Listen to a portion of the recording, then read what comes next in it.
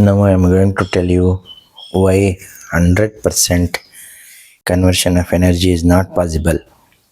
Of course, this is by mechanical means. I'll just consider a particle of mass m hitting the turbine. The turbine is represented by simple diagram like this. When it hits, let it be the velocity v1 and the turbine rotates, and of course the particle will move with a smaller velocity v2. v1 is greater than v2. In one particular stage, if we do it, the efficiency will be very less, and normally what is called as a cascading will be done. Several series of turbines will be there, and not actually like this, but anyway it is represented in this way. Similarly, it goes to the next turbine with a lesser velocity v3, and say that there are 9 turbines. Assume when it is going out at v10, there will be 9 turbines, and this is the ninth one. What I am writing is the ninth one, which means it will hit this turbine at the velocity v9, and then it will leave out with the velocity v10. So therefore t1, t2, t3, etc. And then what I have written is t9, ninth turbine. It will hit at v9, and as the turbine rotates, it will leave away with v10. Now the momentum transfer or energy transfer, the popular thing is momentum transfer is simply mass into difference in velocity v1 minus v2, as v1 is greater than v2, plus again the same mass is moving to the next turbine, v2 minus v3, etc. m into v9, actually v9 minus v10. Taking m as a common factor, we can write it as v1 minus v2 plus v2 minus v3, etc. up to v9 minus v10.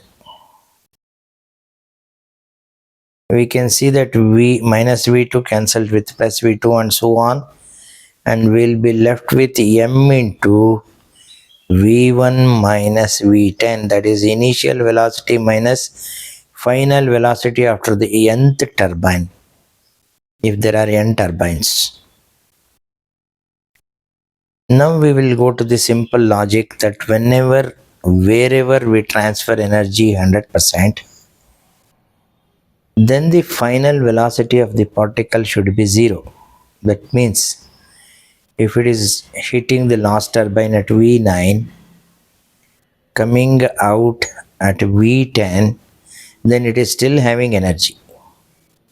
So v10 should be 0,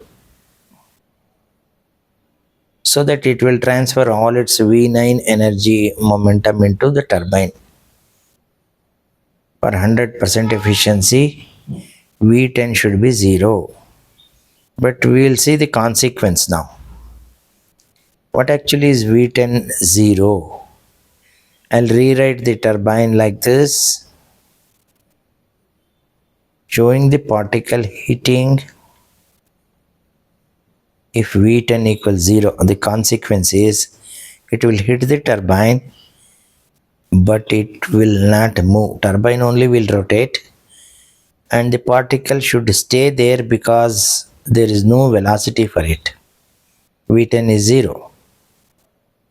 And that means I will roughly write the configuration when the turbine is rotated after receiving the energy. The particle is there, and the turbine after rotation. The particle is staying there, and it can't stay in air, it should fall down. And if every other particle coming and hitting the turbine are simply staying there, then where will the particles go? For the particles to go, energy must be there, velocity must be there. Now let us consider two identical particles in space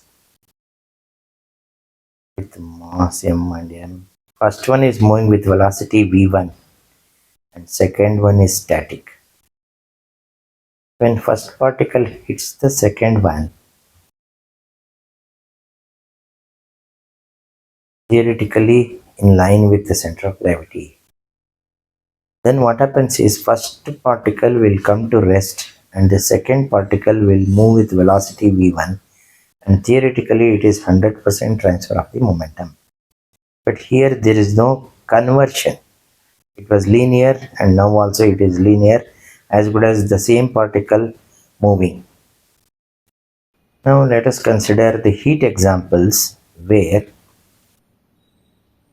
one steel plate is rubbed against the other steel plate. The lower one is fixed, the upper one is vibrating as shown, and because of friction, heat is developed at the rubbing surface, and this heat conversion from mechanical is 100% efficient, as the loss of energy is mainly due to heat only, and if we heat it, it is 100, nearly 100%, neglecting sound and other things. Similarly, I'll consider another example where electrical energy converted into heat with the help of a resistance. Assuming leads to be very small, applied voltage is V, then heat is developed because of the resistance. This heat conversion from electrical energy is also nearly 100%. So whenever there is a conversion to heat only, it is 100%, not in other forms.